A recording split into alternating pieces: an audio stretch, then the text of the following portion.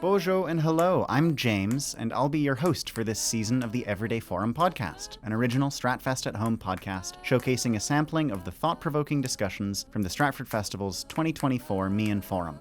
The Stratford Festival's Meighen Forum is a festival within the festival, designed to enhance and contextualize the performances in the main Stratford Festival season through compelling discussions, small-scale, exciting performances, and engaging multi-sensory events and workshops. Enjoy!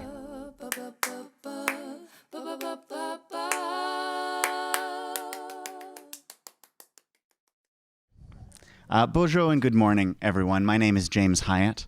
I'm the Meighen Forum assistant. I'm very glad that you've all been able to join us this morning for our panel, Fops and Dandies, A Social History of Men's Fashion. So today we're going to be talking about the history of Western fashion, in particular about a part of that history that is tied in with gender presentation and expression. As we will discuss, fashion has been used to prescribe gender norms and describe gender norms throughout history, those norms which have contributed to patriarchal violence to people of all genders, including to Indigenous people. The final report into missing and murdered Indigenous women and girls articulated several calls for justice that aim to redress this historical and ongoing colonial violence, including this call under the heading Human and Indigenous Rights and Governmental Obligations. Quote, "We call upon all governments to immediately take all necessary measures to prevent, investigate, punish, and compensate for violence against Indigenous women, girls, and 2S LGBTQIA people." Unquote. In beginning today by acknowledging the territory that we gather on and acknowledging the ancestral caretakers of this territory, the Mississaugas and other Anishinaabe nations, and the nations of the Neutral Confederacy, often called the Arawundarung, I would also like to acknowledge that this work to prevent, investigate, punish, and compensate for that gendered colonial violence has been minimal since the final report's publication in 2019. Much more needs to be done, and it begins by learning about the history of this place and working with each other to make a better future. Furthest away from me, and I won't read into that too much, is David Boechler. David has been working across the country and internationally for over 30 years, designing for theatre, opera, and dance, with companies like Stratford and Shaw, Canadian Stage, Citadel Theatre, Theatre Calgary, Neptune Theatre, Belfry, Tarragon, Soul Pepper, National Ballet of Canada, the Royal Swedish Ballet, the American Ballet Theatre, Boston Ballet, and Pacific Opera, to name a few. He has extensive experience in corporate event design and audience engagement. He also spends part of each year working in film and television and vows never to do another Christmas movie as long as he lives. One thing to note about David is that he isn't an academic, so please be warned, he says. Welcome, David.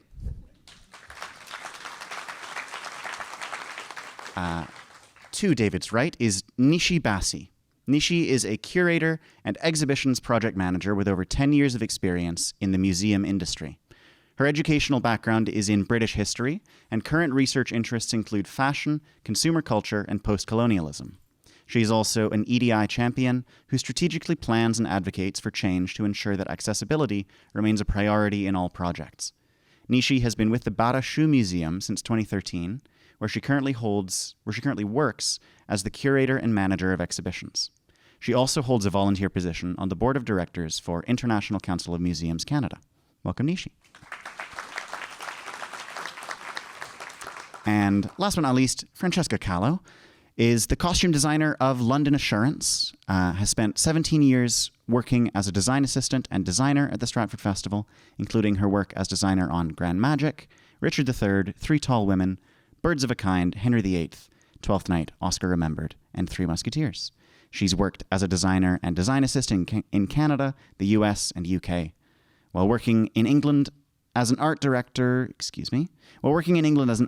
for film and television, she also studied architectural history at Oxford University and historic conservation at Oxford Brookes University.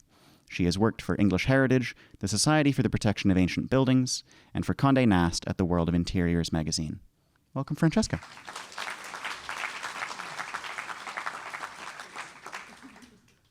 Okay, so I think I want to start, because we have the curator of a shoe museum here, with shoes. Let's do it. So In the history of men's fashion, when you look at certainly some aristocratic contemporaries of Shakespeare, you see high heels, which you don't see as much on men nowadays.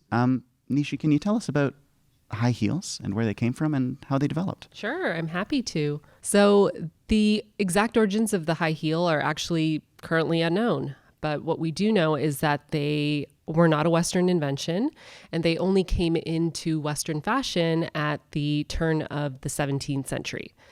And the heel came into Western fashion because Western European armies were sort of allying themselves with Persian armies, the Persian army, in order to fight the Ottoman Empire. This is going to be a lot of history, guys. Strap in. And their interaction with the Persian army brought that heel into fashion because men in the Persian army, especially cavalrymen, were wearing heels in order to be able to stand up in their stirrups when horseback riding and shoot an arrow, because that's what kept you stable. And so the heel became this accessory that was super masculine. Like, it was the most hyper-masculine thing you could wear. And so that was the appeal to men in Western fashion. And you gradually see it become popular eventually with women and with children as well. And it becomes a symbol of aristocracy because it's something that is so impractical, outside of an army usage, that it becomes a symbol of being part of the upper class. And heels kind of still function in that same way. You see someone wearing super high heels, they're not commuting on a bus to get to where they had to go, right? It can still function as a symbol of status. And then in the 18th century, heels start to become very gendered, but they start to become very feminized. And so there's this change that happens in men's fashion called the Great Male Renunciation, where a lot of the sort of color and flamboyance of men's fashion becomes a lot more sober. So you start to get the origins of the three-piece suit come into fashion, lots of dark colors, lots of materials like wool, not a lot of feathers or frills anymore, and men kind of abandon the high heel towards the end of the 18th century. And it becomes something that's associated with women and increasingly with frivolousness, which is so interesting how fashion always works that way. When something becomes feminized, suddenly it's frivolous. And so heels took on that feminine association. And it's so interesting because that was about 250 years ago, and we haven't lost those associations. So heels would only come back into men's fashion very briefly in the 60s and in the 70s, where you get sort of the beetle heel, and then you get platform shoes, which are, elevating men and women. But those heels really borrow from the thick, blocky heels that were popular in the 17th century for men. So it's still a very masculine accessory. Like, no one's talking about men's fashion in the 60s and 70s, or their heels at least, as being something borrowed from the feminine wardrobe. And nowadays, whenever heels come back into men's fashion, they again tend to be that thick, blocky heel that was always sort of masculinized. You don't see stilettos that are made and advertised as, here's something that's unisex, here's something that men and women can wear.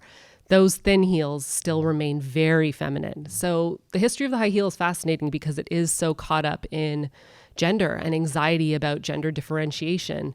And we haven't lost that over the past 450 years. And I'll leave it there because I'll never stop talking about the heel if you don't shut me up. One thing, though, that I would like to point out, I was the costume designer for La Cage this year. And I think now is the first time in history that stiletto heels, high heels, specifically feminine silhouettes of footwear are commercially available for men, and in quite a widespread way. Mm-hmm. I have the websites if you need them. We'll get those afterwards.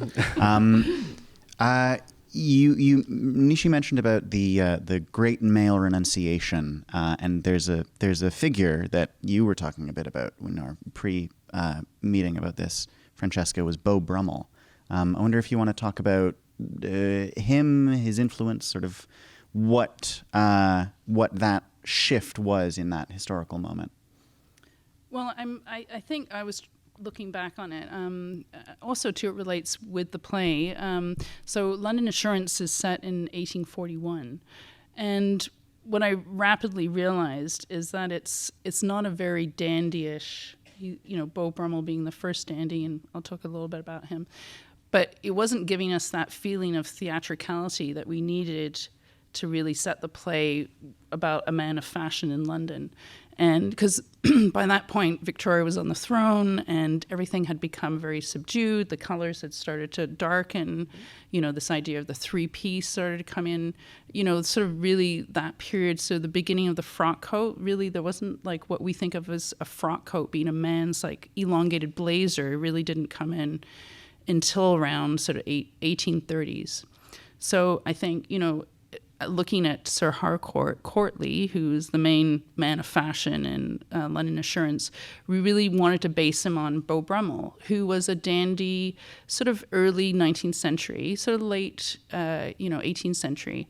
And really, he took his cue from, he was the son, it was really interesting because when I started to look into dandy versus fop, because I was like, I better, look up on this. Because like David said, we're not really historians, we're kind of like superficial historians. I started looking into the social history of it. And what was really interesting is that Beau Brummel, even though he played with all the aristocrats, and really that was his downfall because he was a gambler and he spent all this money on maintaining these appearances, he actually was a middle-class gentleman. His grandfather was a valet. To some important person in government, but they were really like kind of social climbers, and that whole idea of like presenting oneself, having a persona that was more important than who they actually were socially, was sort of the beginning of that. But what was interesting about Beau Brummel is that, and it sort of defined that age where you have the revolutions of the late, 18th century, that this idea of, not being perceived as an aristocrat was important. So he kind of took this. Also, too, he had gone into the military, and at that point, you had to pay for your kit. And like you were saying about the high heels, it was like the epitome of male dress. You had the high heel boot, the Hessian boot. You had like, the braiding, the gold bullion, it was just like extravagant. And so part of how he became to be, which he sort of emphasized this, it wasn't so much like a flourish of dressing, it was like an austereness of dressing, where the whites had to be starched and perfect. He would go through like 10 cravats a day because they had to be perfectly tied and starched, and everything was meticulous. And interesting, like reading about, expression of gender, was that they always sort of saw that as a gender neutral kind of position, that they weren't for the dandy of like the Beau Brummel dandy.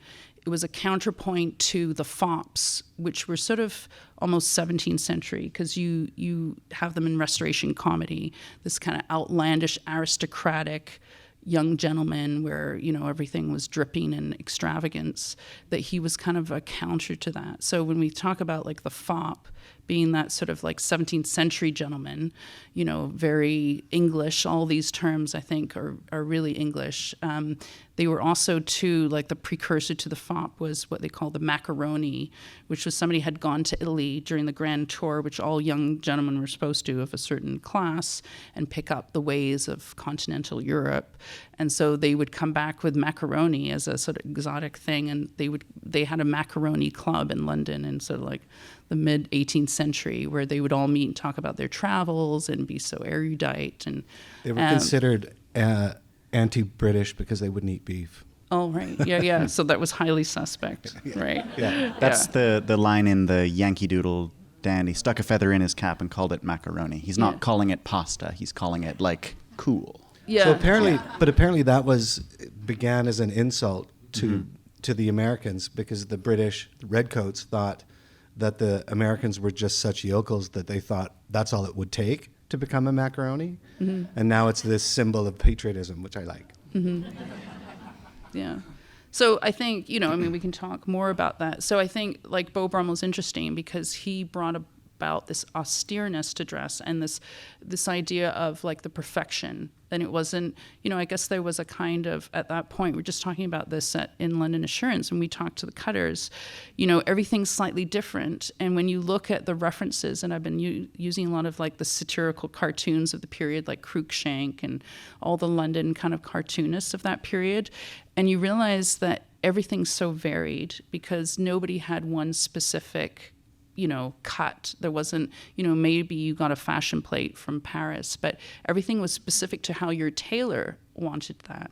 And so, part of the conversation we have, and I keep telling Grant when Davey's like, actually, you're not fashionable. And that's kind of the joke, right? Because you've been wearing the same thing for 20 years. So almost like he's sort of 1820s, he's 1810s. So when you, if you do see it, that you get a sense of like the exaggeration of that style of that period, because that's when it became really strange. And in one of my references, I think it's Baudelaire, said what was interesting is dandyism comes out in periods of transition, and it's in political transition, and that is reflected in the fashion as well. So you come out of this aristocratic mode at the end of the 18th century into like the new democracies of the early 19th century. And so there tends to be dandyism, I guess, like in the 60s, where you have like a total shift in the way that society is thinking. And I thought that was an interesting thing. Mm-hmm. You mentioned about macaroni and fops and dandies, and David, just in the room before, you were telling us about the origin of the word dude, which feels like a sort of a continuation. Yeah, and I, in preparing for this, I went down a rabbit hole of where the term dude came from, and apparently it has its source in the late sort of about 1880 in New York. It was spelled D-O-O-D, and it's really just an extension of the macaronis, the fops, and the dandies. Mm-hmm. There was a good quote. The dude, in short, is a fop, a little more lifeless, a little more stupid, a little more negative than the average fop. So it's that extension of any time a man indulges in something that is perceived as a feminine silhouette or a feminine expression is always considered suspicious and weak. And it seemed like every description I found of every version of the macaroni and the fop and the dandy and the dude, the implication is that they are less masculine. One of them refers to his shirt collar as his father's cuff, implying that his neck is skinny and small, and they're emasculated in some way, and they revel in that identity. Mm-hmm. Very interesting. I mean, so in sort of coming up with this event, I was thinking about the history, the fop in London Assurance, and then of course men adopting feminine silhouettes in fashion, like, well, drag. But in talking with you, David, it seems as though that doesn't exactly enter into this history very well. I wonder if you could talk about how things are different with this historical expression of men dressing in a feminine way or in this way that is perceived as feminine, and then drag in the 20th century. Right. I think the insinuation of queerness has always been there whenever anybody talks about fops or dandies. If it's not explicit, it is there is the suspicion of that. Not all fops and dandies were queer, but that kind of feminine expression came out of the macaroni specifically were kind of intellectual snobs, and because they'd been on the Grand Tour, they were also trying to indicate that they were erudite and refined. There was a quote somewhere about how they show up to auctions and devour all the artists' names in order to vomit them out later at parties. And that kind of intellectual pretension has gone all the way through till the present day as well. But where that self-expression in the 17th and 18th century came out of probably privilege and an intellectual snobbery of some sort with undertones of queerness. Drag, I think, became a practice not in terms of a stylistic expression, but of a more core expression, I think. In working on La Cage aux Folles, we weren't really... the beginnings of drag are murky. I have found references to it in the 18th century molly houses in London, which were basically queer bars. But when they got raided, they were full of artisans and apprentices and craftspeople. It wasn't the elite. So that kind of expression, that kind of frivolous expression of tight clothes and bright colored silks with nosegays and tiny little hats and big wigs were the purview of the rich people, where drag and gender expression and the experimentation with gender expression was happening at more of a grassroots level and really more of a subversive level because it was that much more dangerous. Partly why queerness wasn't named in the 17th and 18th centuries because you could be put to death because the equivalent queerness in those centuries was equated to sodomy, and that was it. And the sodomy laws could kill you, or at least get you put into stocks. So there have been men playing around with the feminine form for centuries, but it really didn't become... Drag didn't really establish itself really until the 20th century. And something I just want to point out to make a distinction is that cross-dressing does not equal drag.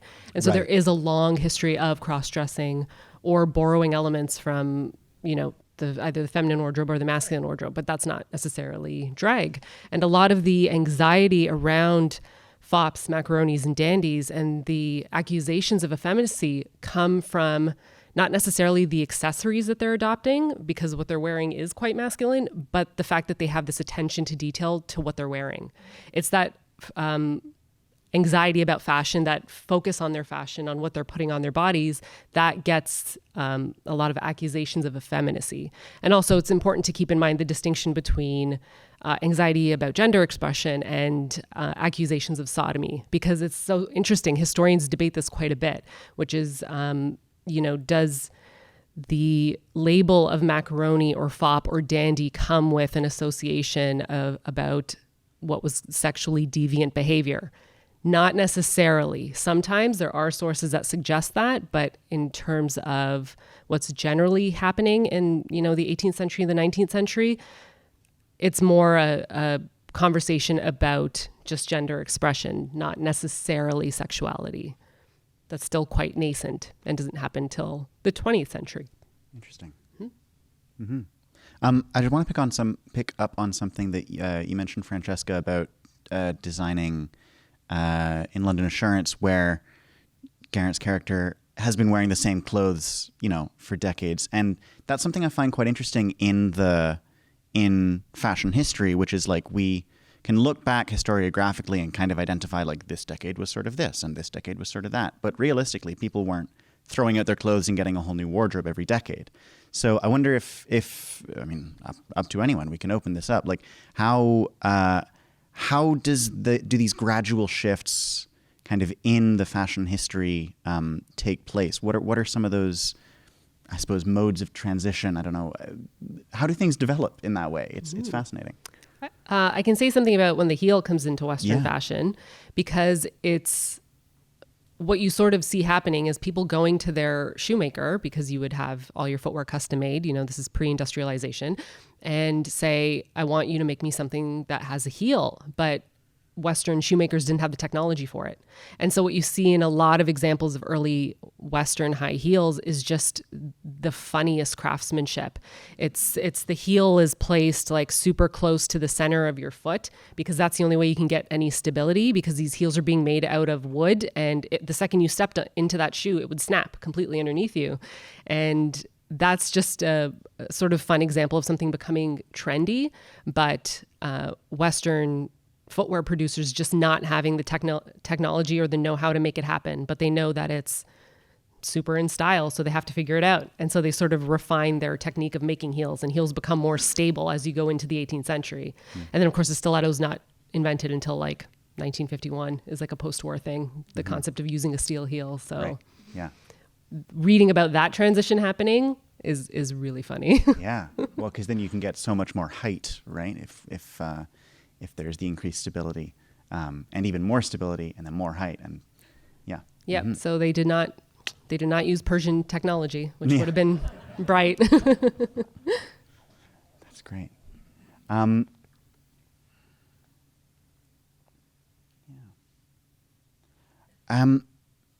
I wonder if we can talk about any more of those sort of parts of fashion history where either an article of clothing or a silhouette has played along the gender divide. I know there was a whole thing of like pink and blue sort of not necessarily being gendered in the same way that we think of them now. Blue a boy color, pink a girl's color in the past. Talk about some of those ways that clothing has changed over time. Has it always been a sort of men's to then frivolous to then feminine? Because it seems like that is a lot of the examples that I'm able to find. But I wonder if there are any ways that it goes the other way or other distinctions. Yeah, that's a great question. So a lot of that anxiety about gender differentiation really solidifies in the 18th century. And so let me start with this. When men were the first ones to start wearing heels, the reason women started wearing them is because in the 1590s, there was suddenly a trend in women's fashion to borrow from the male wardrobe. And so you saw all these pamphlets coming out, speaking out against women who were wearing men's belts and men's hats. And they started wearing heels because those were men's shoes. And so it becomes a trendy item and then eventually becomes part of sort of mainstream women's fashion, as we know, over the century. But there is already a little bit of anxiety of like, oh, well, women shouldn't be wearing something that's so masculinizing. But in the 18th century, that's when scientific study becomes really big. That's when imperialism is really getting its roots in all across the world. That's where this focus on creating distinct categories and solidifying definitions between male and female or between child and adult, like all of those things start to really become solidified. A lot of Enlightenment thinkers are writing about it. That's where you see a lot of language being used to describe women's fashion consumption as, oh, that's very frivolous. Women are wasting time, they're wasting money, which is always interesting because fashion is literally what keeps a lot of economies going. Let us not forget the reason why the Hudson's Bay Company first came to what is now Canada. They were looking for beaver pelts because men's hats in Europe used beaver pelts, and that was the fashion. And so that, led to what is now the foundation of this country. It was fashion. It was that economic system that kept it going. That association between female fashion consumption and frivolousness really, really, really takes root in the 18th century. And so when men are focused, like even dandies, their dress is so much more sober, but that focus on detail is where they start getting accusations of effeminacy. Like, why are you so focused on how starched your clothing is, or your cravat being tied a certain way? Like that's super feminizing. What's interesting is in the 1960s and 70s, you don't really get that. And so you get the Peacock Revolution, what's called the Peacock Revolution in the 60s and 70s, which is when men's fashion becomes much more colorful. You get a lot of paisley, so much polyester. Oh my God, so much polyester. A lot of patterns, a lot of color, long hair, blocky heels. There is some discussion about gender, but again, when it comes to footwear specifically, those footwear styles are so rooted in historical masculine dress that you're not getting that same accusation of effeminacy. So when like glam rockers or even Elton John are wearing platform heels, they're not considered effeminate for doing so. That's hyper masculine sexuality. Like that's how those men were framed. So that was very long-winded, and I have no idea if it answered your question. That's great. That's great. I mean, the other part of the question was just can we think of any examples or moments in history where something has sort of moved across the gender divide the other way? Has a sort of women's item or women's silhouette become masculinized? in Western fashion? Oh, that is a great question, but that's a tough one. Not that I can think of. Or something that was feminine has become masculinized? Well, I think we were just talking about in the morning scene for, we were talking about the banyan, which was a sort of precursor to what we think of the dressing robe. And basically it was something that was imported, I mean, basically in terms of like imported silk. So silk obviously came from China.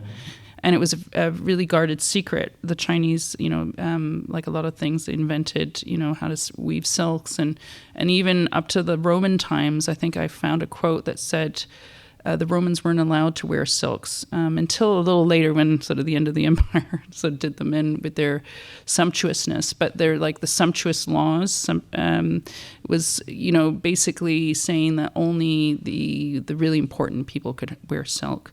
And that was because, they didn't want to spend so much of their economy trying to get, deal with importing it and having to pay all these tariffs and things. So only a few people could have silks and things like that.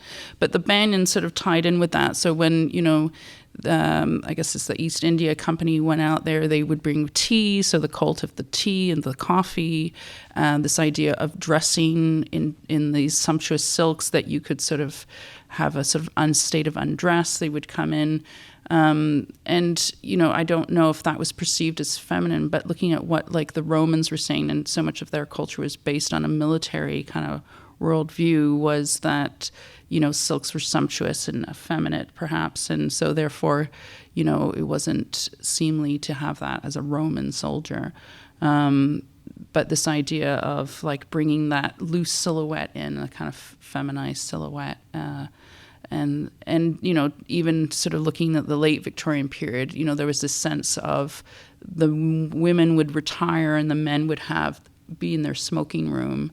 And so you have all these sort of men dressed in their silk velvets and their silk hats and their sort of Turkish inspired, smoking hats. So, it is interesting. And it's sort of, you see Oscar Wilde, he sort of takes that to, you're looking at the periods of transition in dandyism. So they look at the end of the 19th century, and Oscar Wilde, he definitely, brought that in, like dressing. There was a sort of phase, sort of like 1870, where people dressed in their smoking jackets outside, and they would be silk velvet. And we have this weird thing where we have Charles Courtly, who dresses, he's supposed to be studious and coming in, and then we're like, sort of, it's 1830s. They didn't really have like a rowing blazer or anything that we think of as like a school uniform.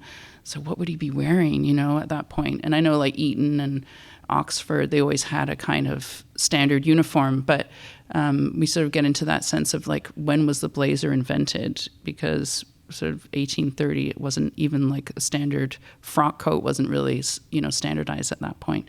But it's interesting because, you think, how do you do this? You have this idea of the blazer, of this dressing gown hybrid mixed with a day wear thing. So there was these kind of hybrid moments where, that velvet jacket that we always think of Oscar wearing aesthete dress, right? So it comes in where it's a more relaxed silhouette. It's a more feminized, perhaps, silhouette.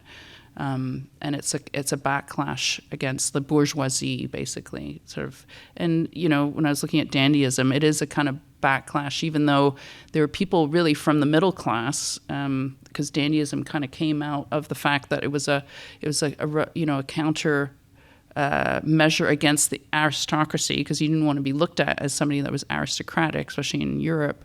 That it was a kind of the more moneyed class of the middle class. And so then you look further along, Oscar Wilde was sort of like countering that, the aesthetic movement and artists, and the la vie bohème, and the idea of like dressing as a bohème came about.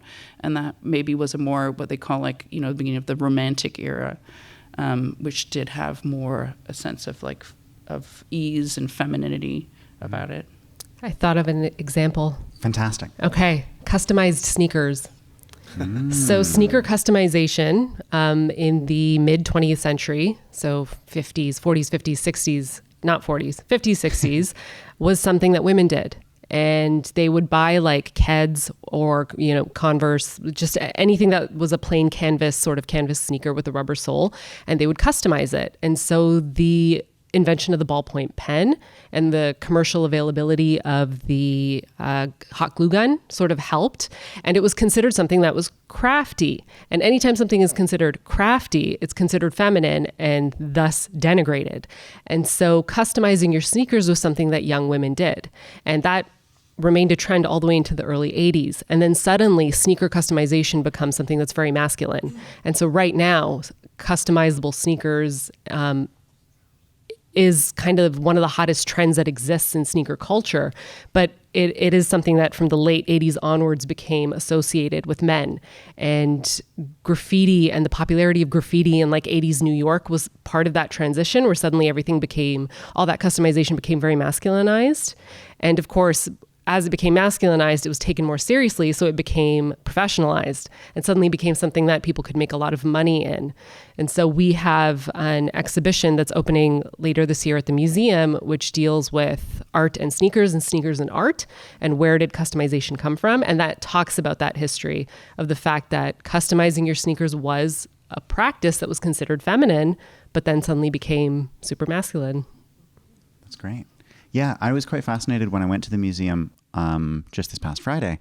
In the exhibit that's up right now about sort of consumerism in the 1980s, just the explosion in that decade of like all the different like types of sneakers in terms of different sports that you're sort of like wanting to be part of the subculture of, and different kind of socioeconomic classes that implies, and different allegiances in many different ways. It seemed like a real kind of unprecedented options for different expression, mostly for men.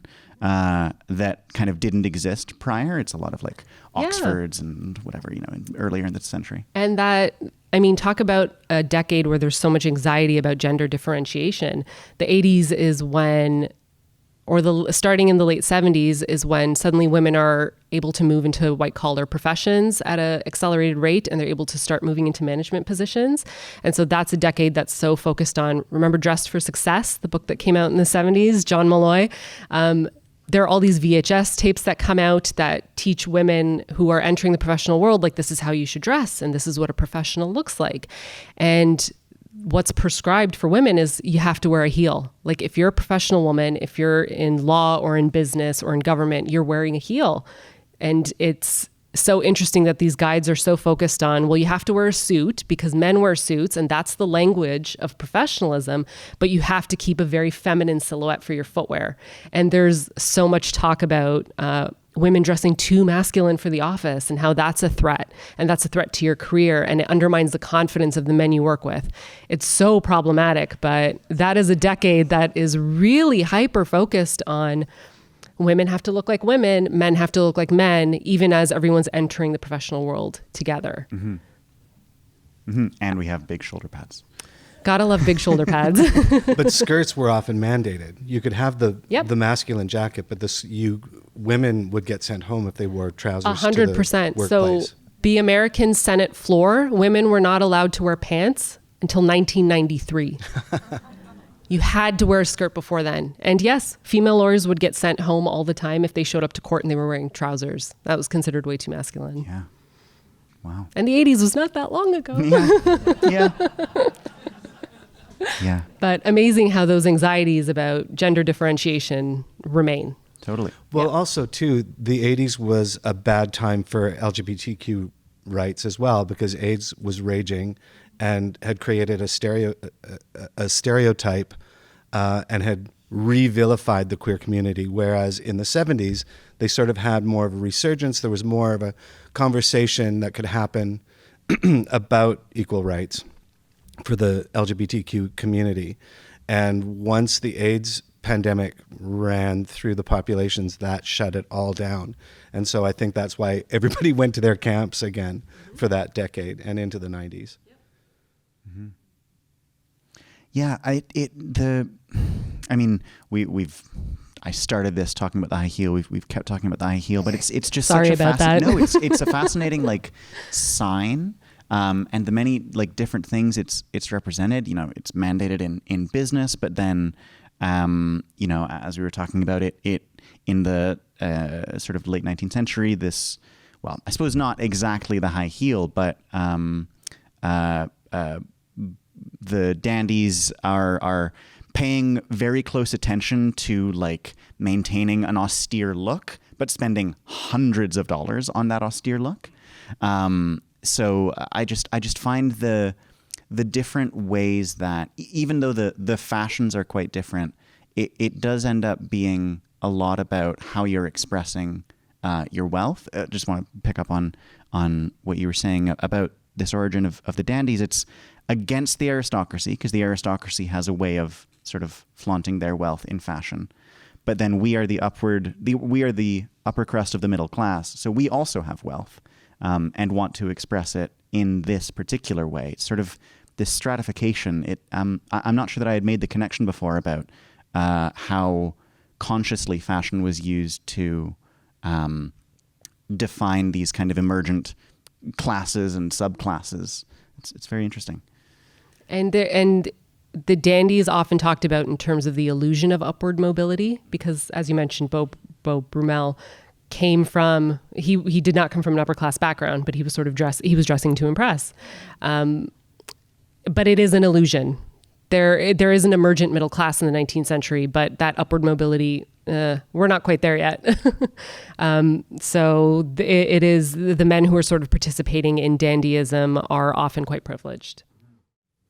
I found an interesting quote about the differentiation between fops and dandies, because the fops were more about silk and ribbon and bows and makeup and the beauty marks and the wigs, and the dandies were starting the move towards what we consider a masculine silhouette. And they said that the dandies refined, whereas the fops subverted. So the fops were subverting what was considered masculine at the time, whereas the dandies were almost caricaturizing in a way. The silhouette was the same, but the fabrics were more expensive.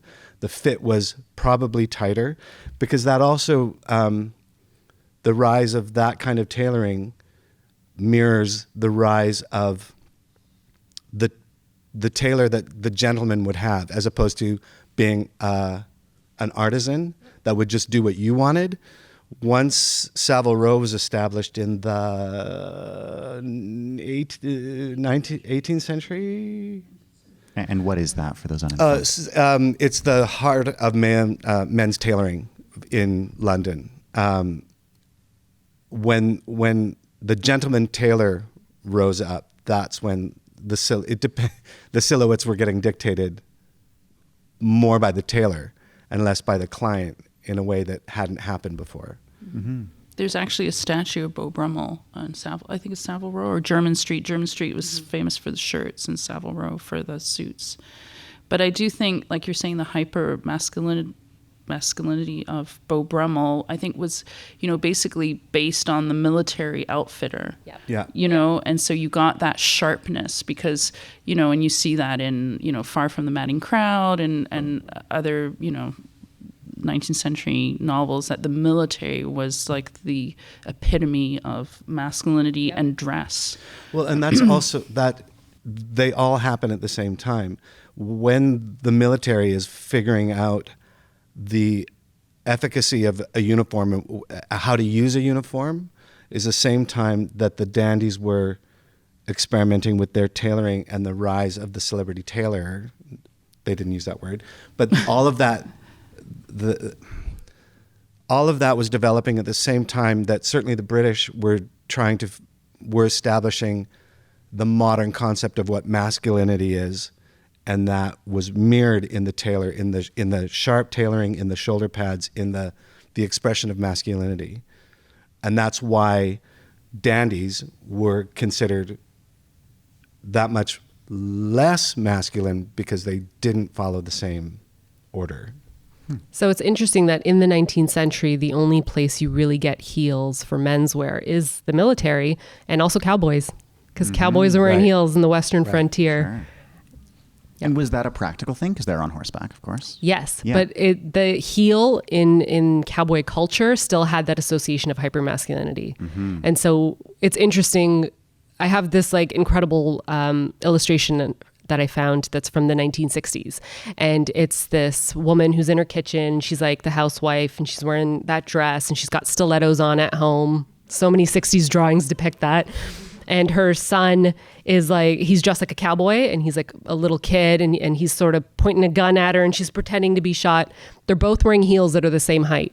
Wow. But whenever I show anyone that image and I say, who's got heels on? Everyone says, oh, the mom does. And it's interesting, we've become invisible to men's heels, but cowboy boots have some high heels on them. But again, it's continuing on that tradition of like these thick, blocky heels are considered hypermasculine. And so we don't see them. And yet we will, society will denigrate men who wear lifts. Lifts are not even heels, but it's just something to help achieve some height equity. And men are made fun of for it. Like Tom Cruise still gets made fun of for it, for wearing lifts. So it's interesting. Yeah, yeah. The height thing, because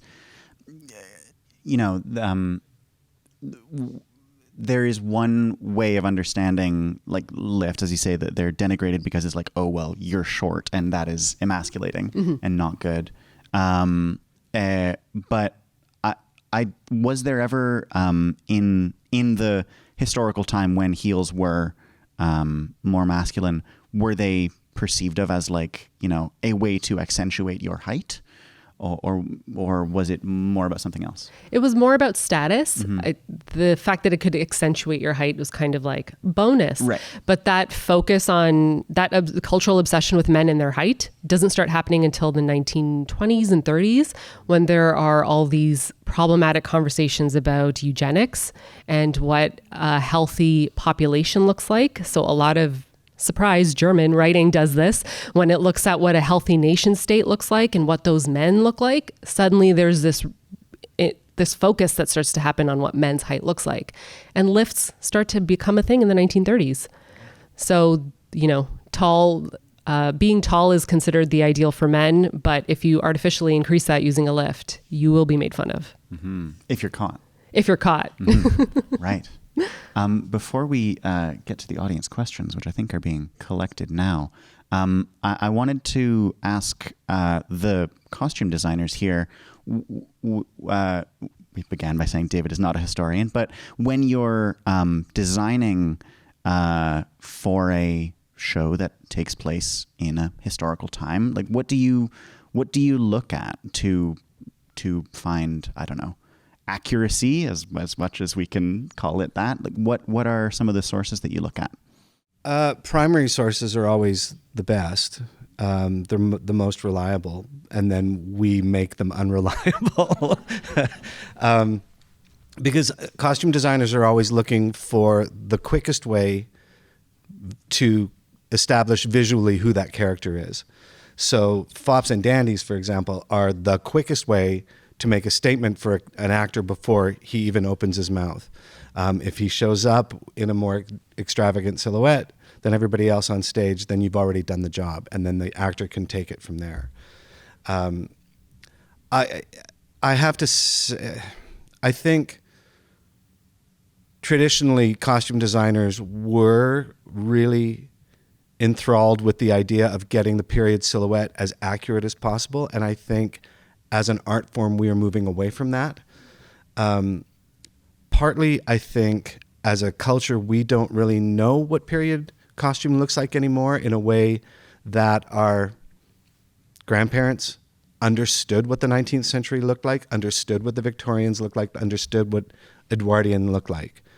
We don't. And so we're taking those primary sources and we're turning them into something that's a little more recognizable for our audience.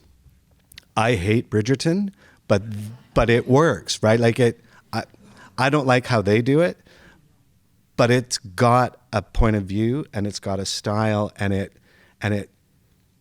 says as much about that society as their audience wants to know.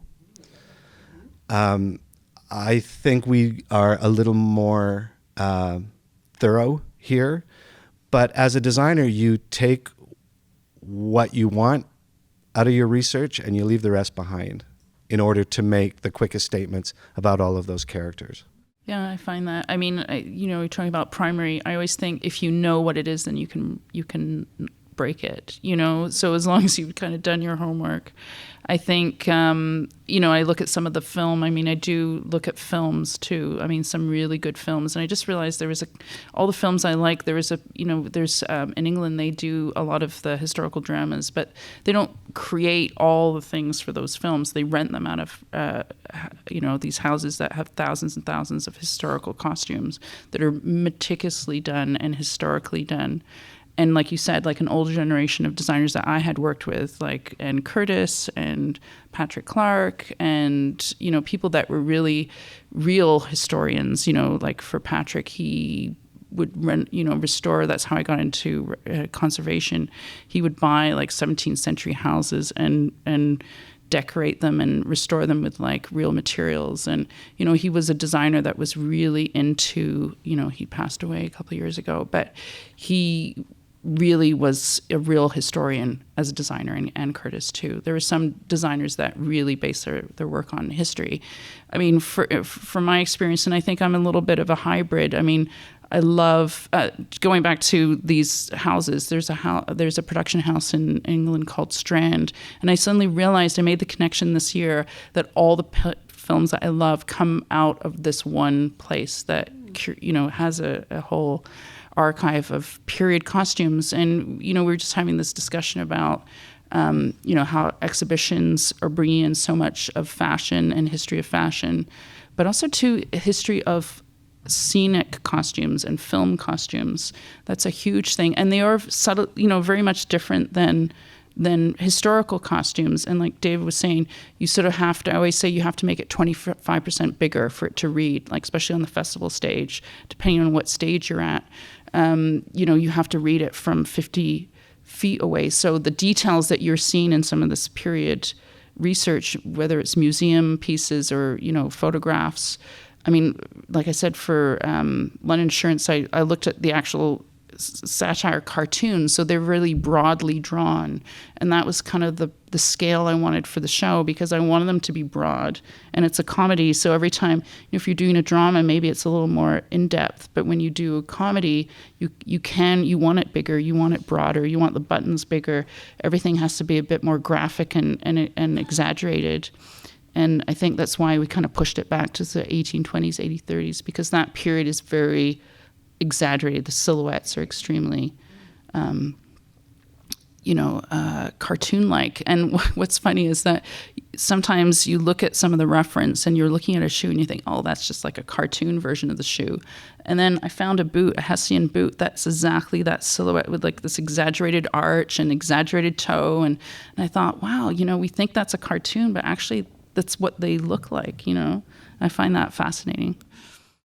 Great.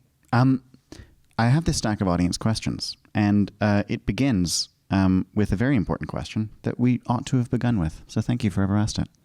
Can we define fops and dandies?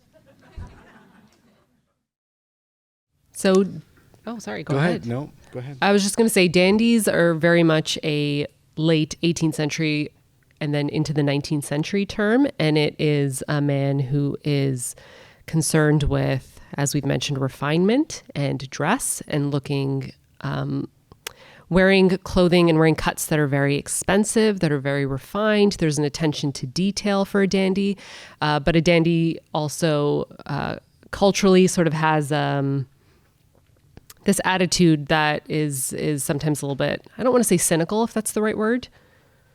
What's the word that I'm looking for? Erudite? Yes, erudite, but there's sort of that pretension that you mentioned earlier. The dandies are sometimes seen as almost being a parody of aristocratic manners and behaviors. And so that's what the dandy is. Fop is an earlier term. Fop I'm less familiar with. So well, he's more like I want to say, he's like a sort of 17th century, you see this in Restoration comedy, which we should do more of because I love Restoration comedy. He's an exaggerated gentleman, with manners and tastes and very what we think of like continental from Europe. And especially, I'm only looking in the context of, and it seems to me these terms are only really exclusively British terms, that the fop was somebody that took on the pretensions of Europe. And, whether that was through, again, a sort of cultured persona. Most That's specific right. Restoration. Yeah. And the French were always suspect to the British.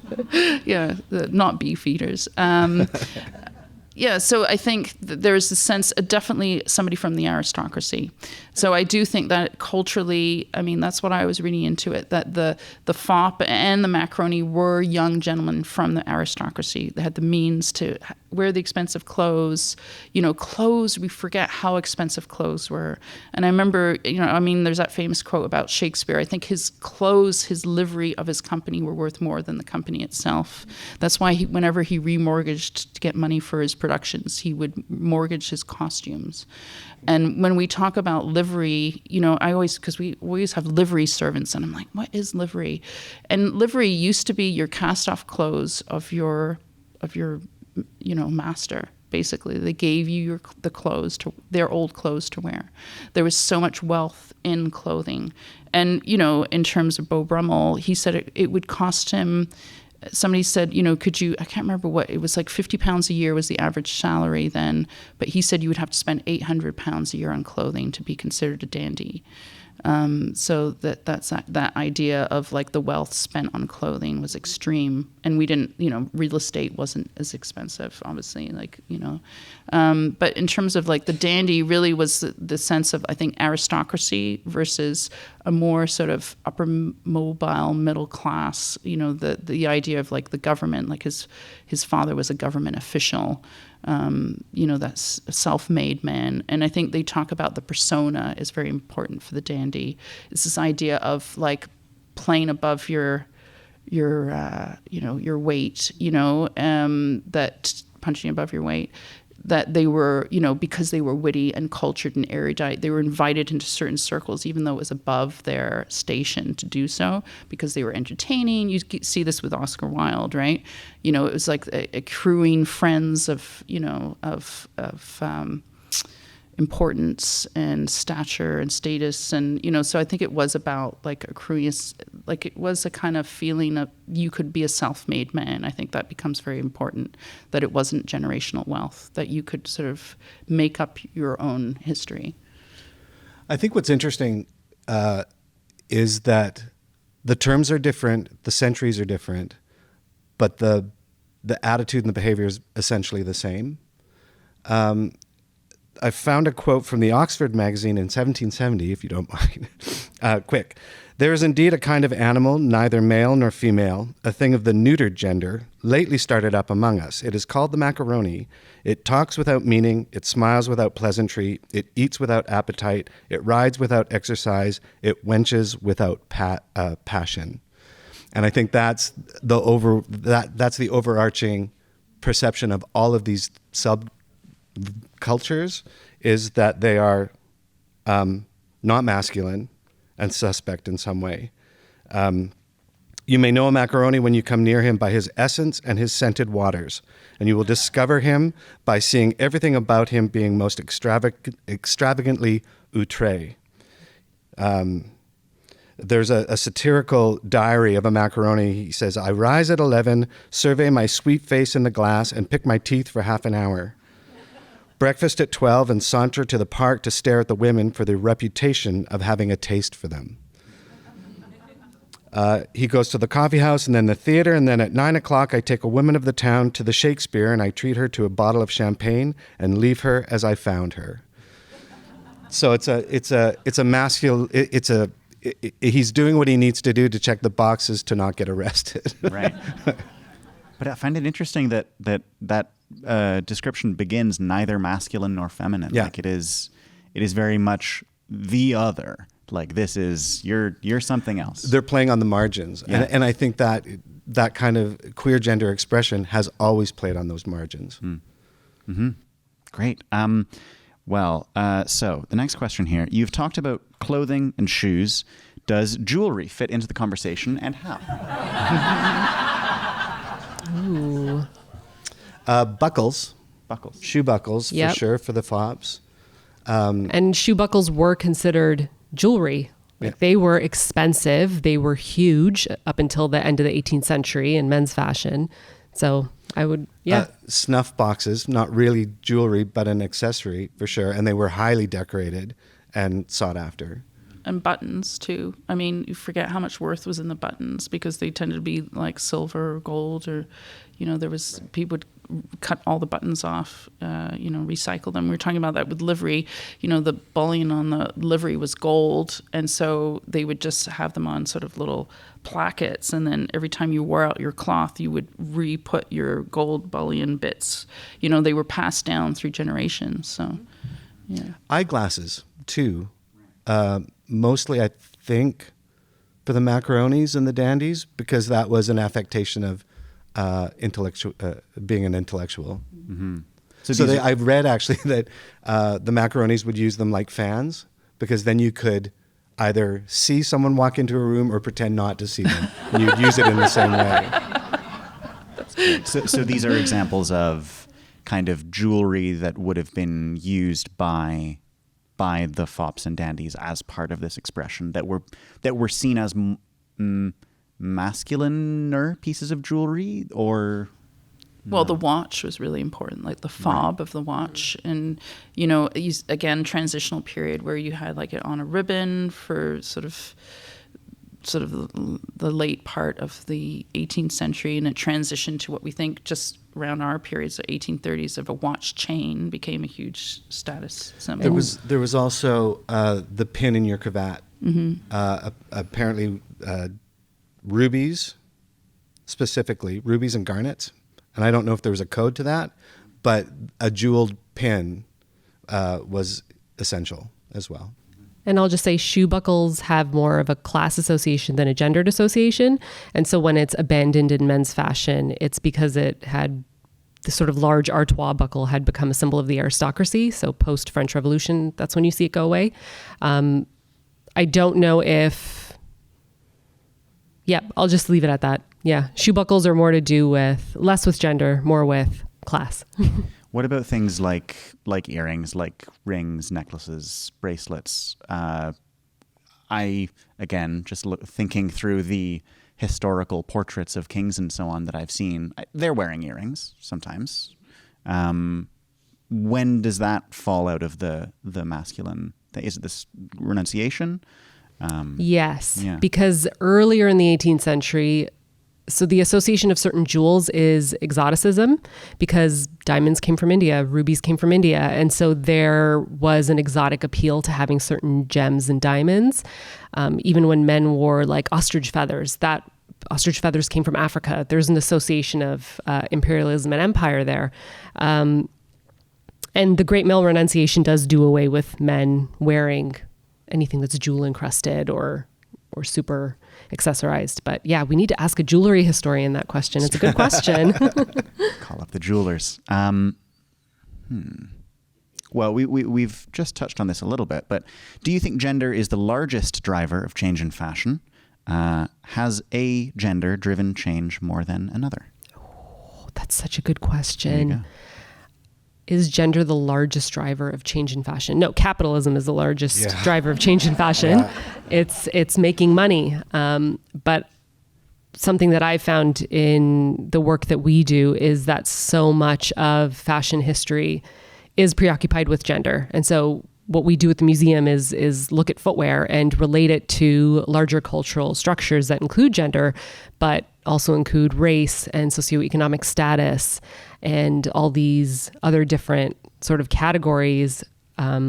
Yes, capitalism and the constant pursuit of money is the biggest arbiter of changes in fashion, is what I would argue. And to a lesser extent, maybe art, and that might just be a 20th century development, that the intersection between art and fashion in the last 50 years. Once fashion moved out of the ateliers in Paris and New York, really, once it became more democratized and more fueled by art, and that the designers were taking more of their cues from the art world, it also made people with less money be able to participate in a different way. And also we were talking about that in terms of, that we're talking about like the Met Gala, where you have, museums have like gone into fashion and almost now more costume, that how fashion has become more like a costume somehow, and you're allowed to wear your costume more, whereas before it would be for, parties or things, but like being able to wear more like your aesthetic that represents you as a potential, like your persona, is more acceptable now in terms of like what we think of as fashion. Well, I find the interplay, we were talking about military, what's the uniform? There we go. Uniforms and costumes and outfits, the sort of interplay of all of those words, how they all sort of mean the same thing, but in slightly different contexts. You brought up capitalism, and it's interesting to me, this time period that we keep talking about with, the Dandies kind of 17th and 18th centuries, or the Fops 17th and 18th centuries, the Dandies later in the 19th century.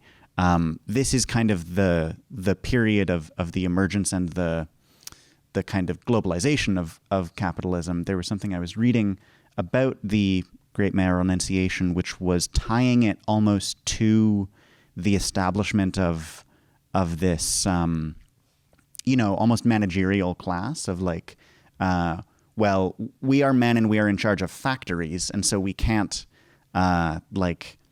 be spending so much time on the ostentatiousness of our costume. We have to be serious business people and, have this sober attire. And, we're still going to spend a lot of money on fancy shoes that look like everybody else's shoes.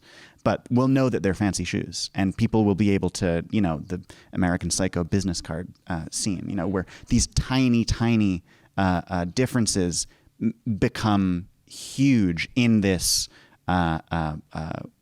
capitalist, business-minded world where we established the sort of business outfit and the suit, as we said. And so it's interesting that this happens a lot in the 19th century, where men are framed as the producers of fashion and women are the consumers, when that is in practice incorrect. Men consume fashion just as much as women do. We notice this a lot today with sneaker collecting. The fact that we call it collecting, men refer to collections. They use terms like investment, like very masculine coded words. But, if their partner has a closet full of high heels, it's not considered collecting. It's just frivolous spending, and it's never considered investing. And so that language is still there when it comes to male fashion consumption. Something I should mention is, I said, capitalism is like the main driver of changes in fashion. Let's not forget that patriarchy and capitalism are bedfellows. They're so intertwined. Yeah, absolutely.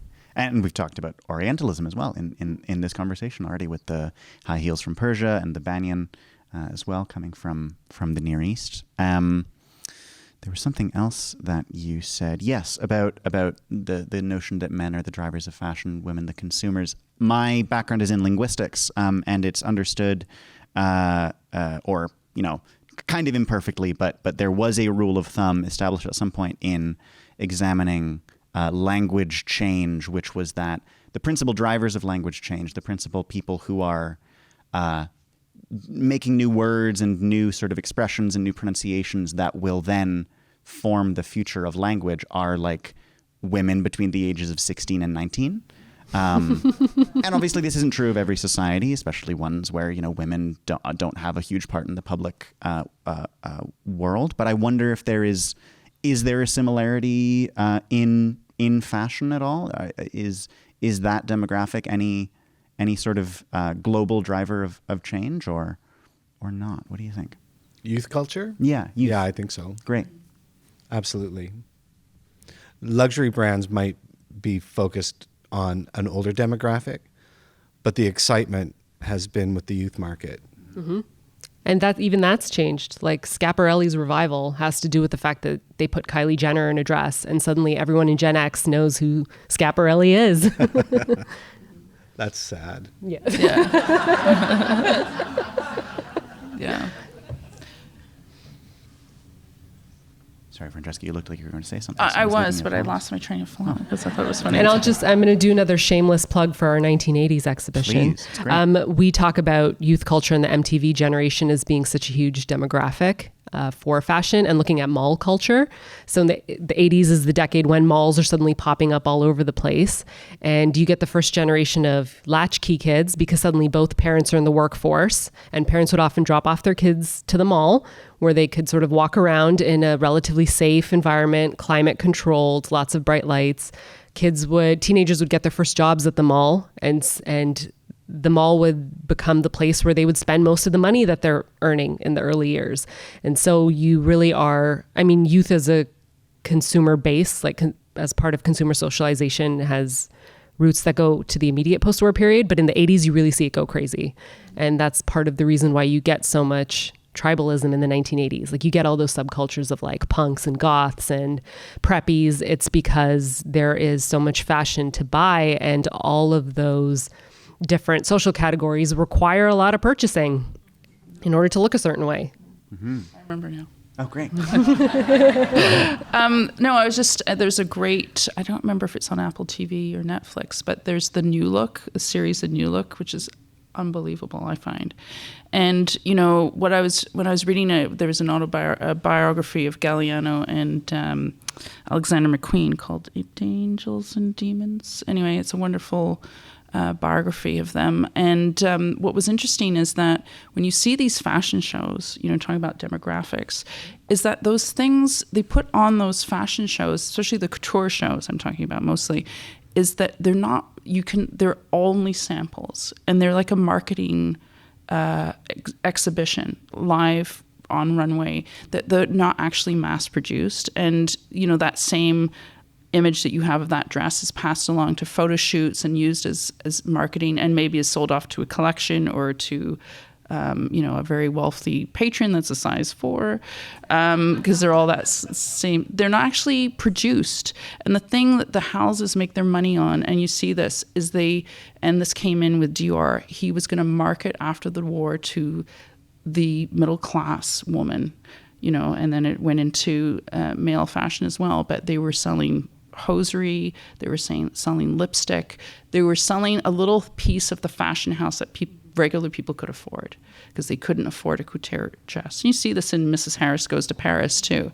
That I think that idea of which is a great film if you want to see it. I'm a huge film fan. I'm so excited about history and film. But you see that being able to buy, even though an extravagant lipstick at $50, you can have a little piece of that house. You can feel like you're sort of part of that movement, and you're getting something of quality, and has been designed and curated. And but it's interesting that it didn't really occur to me that when you look at those couture presentations and runway shows, that they're not actually for sale. It is to market the brand, and the brand is where they make it, is through the handbags and the cosmetics and the perfumes and Mm-hmm.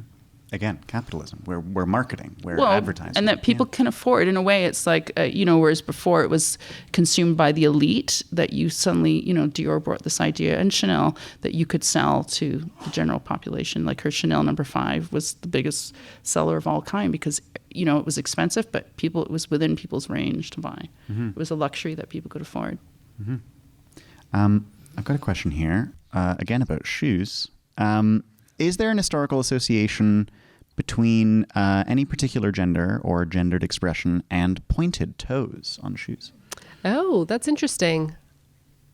I don't, in Western fashion, not really. Mm-hmm. I'm thinking of poulaines, which were a style of footwear popular in the 16th century that had sort of that attenuated toe, and both men and women wore that silhouette, and that silhouette's popularity had a lot to do with the attenuation that sort of existed in Gothic architecture and art of that period. Trying trying to think of other examples. Well, the pointed wrinkle picker, is that something? Yep, winkle pickers. Winkle picker. Winkle Okay. pickers, also with a very narrow toe, something men and women wear. Goth subculture in the 1980s involves wearing winkle pickers, which men and women wear. And I know winkle because my uncle sold seafood on a beach in Yorkshire. I know what a winkle is, if everybody knows what a winkle is. It's That's a little where- tiny shell. Yep. You need a little fork, a little pointed thing to get it out. That's And why so- they're so pointy. See, that's Yeah. why I must have misread it. I assumed it was like to pick the wrinkles out of here. But Yeah, no, and that's where winkle picker comes from. It's that the toe is so pointed, you could use it to pick Your winkles. your winkles out of your shells. Yeah. I will say in the 18th century, pointed toes are exoticized, and there is a lot of imagery, and it's of course not historically accurate, but there are a lot of images being produced of people from China or people from the Ottoman Empire, and they're often wearing very attenuated like footwear. And so in the 18th century, that pointed toe is associated with a lot of exoticism, but I wouldn't say it's gendered necessarily. It never really comes into fashion in Western fashion, but it's something that sort of writers are talking about, and it is being commented upon. interesting. Okay. We may have touched on this already, but Francesca and David, can you talk about how gendered fashion impacts your design process? Is there a difference, I suppose, in designing male characters and female characters? Yeah. Sure. Women are more fun, generally. Right. I would say. Well, we have something called an Amazon, which is a riding habit, which is everybody loves to wear one and design one. Lady Gay Spanker, which is interesting, is that she's kind of like this jolly hockey sticks kind of sort of slightly masculinized woman because she's into riding and horses. She's kind of like is it Barbara Woodhouse of horse riding. So she's very athletic and very masculinized. So we built her a riding habit, and they were based on military costumes. And women would wear side saddle, and so you have this kind of asymmetrical skirt because the skirt would have to be worn over the hook of the saddle to hide your legs. But they look gorgeous on stage. Everybody loves to wear them because, it's like a blazer, right? Double-breasted blazer. Like if it's fitted the right way, it always looks amazing. You get a real sense of structure for women, going back to male costume being worn by women. Like that idea, it always looks great. Anyway, that's what I had to say about that. Yeah, depending on the period, generally we tend to build female costumes here more than we build the males. Like if you're doing Francesca's period, obviously the men need to be built as well. But the closer we get to the modern era, and given modern budgets and constraints on production, we end up having to buy the men more often than not, and build the women, which is leading to a lack of really good tailors in our industry. All the legendary tailors that were at Shaw and Stratford are retiring. So if you know anyone who wants to be a tailor, please send them our way. And so the difference between building and buying then is building is using stuff that the company already has, and buying Building is from scratch. I see. So we'll buy the fabric, and the cutter drafts the pattern, and we fit it to the actors. Whereas buying is commercially buying some for clothes. it. Yeah. Yeah, and then in between is taking something from stock and adapting it. Mm-hmm. But there is a resurgence. So, we've been looking at, we wanted to get the cast together. There's a blogger, YouTuber called Zach Pinsent. I don't know if anybody knows him. And yeah, he dresses as a Regency gentleman, like in every day. And he has a tailoring business in Hove on the coast of England. Anyway, he does a couple of YouTubes. Anyway, we wanted to get the cast together to learn to tie a cravat because there's certain life skills you need to have, like typing and driving a standard car. And one of them is how to tie a bow tie. So I always say, if you're going to work as an actor, you have to learn to tie a cravat and a bow tie the right way. So we want to give a little thing, but based on his tutorial, which is great. If you want to see it on YouTube, it's there. Zach Pinsent, his name is. Anyway, he's wonderful. So there is a resurgence in tailoring. And so, I don't know if he trained on Savile Row, but certainly this idea, like Alexander McQueen trained on Savile Row, like I think there is a resurgence along the younger generation. But there is a difference in construction between men's costumes and women's costumes. We do refer to men's costumes as being tailored. Often if it's a suit, the techniques are different in a lot of ways from dressmaking techniques. So they often are different people. Just because you're a really good cutter of women's wear doesn't mean you know how to make a jacket. Yeah, and we have some people that do both, some people that only do one or the other. The other shout out was to the outfit. So obviously you watch a lot of YouTube or Netflix, or this is Apple TV. It's Mark Rylance, and he plays a tailor. It's called The Outfit? The Outfit, set in Chicago in the 40s, I think, yeah. It's really, really amazing. Anyway, it's a short film, but it's about a tailor that sort of gets involved with the mob. Yeah. Daniel Day-Lewis did an amazing film a few years ago where he's a couturier, and I forget the name of it. Phantom Thread. Mm-hmm. And the sequences of him drafting patterns and sewing are amazing and very correct. Great. Our last question kind of continues on this. What about shoes? Are the shoes here made mostly in-house, especially for Lacage? Were they made in-house, or were you able to? We made Steve's. Mm-hmm. Dance wear is a different thing. It doesn't make any sense for us to build dance shoes. La Duca in New York is really the go-to company for dance footwear now. They do all the men's heels for all the productions in London and in New York and anywhere else. Also, it's getting harder and harder to make a dancer wear anything other than a La Duca. They just come in and go, yeah, no, they hurt. They hurt. They don't hurt. They just want to wear La Ducas. But they're also really well made. And with the heels that the boys are wearing in Lacage, the shanks are different. They're much heavier steel because the men are harder on their shoes than the women are. And they're all wearing 3-inch heels. So yeah, we can build here, but for the non-musical productions, it's easier. And especially if you're going further back in history, it's better to build them. Mm-hmm. Is it mostly sort of built in? Well, we have an amazing warehouse. If you haven't done a tour of the warehouse, I really recommend it. And I always think it's the jewel in the crown of the Stratford Festival. And I started here in '94, and I worked firstly as an assistant, and I worked with so many amazing designers. And some of them are past and gone, but their costumes still hang there. And I remember they're sort of embodied in those costumes. Anyway, it's a beautiful place. There's fabulous costumes. There's fabulous shoes. You can't access shoes, but we have such an amazing stock of shoes. And I think we did used to build much more than we do now. And so we keep, pillaging all these old things. Like sometimes we get things out and we have to sort of they have to be stretched because they're sort of trophied in their box, but they're still good, and that's the thing. We always tend to build out of natural materials, silks, cottons, linens, leathers, because they stay intact, and they look good and they look better the more they're worn. And that's what I always say, you're talking about periods in film representation. We always think of that, even in this period, I think there's nobody clothed in 1840s, which is when the play is set, because people would have kept their clothes, especially we talk about the country versus London.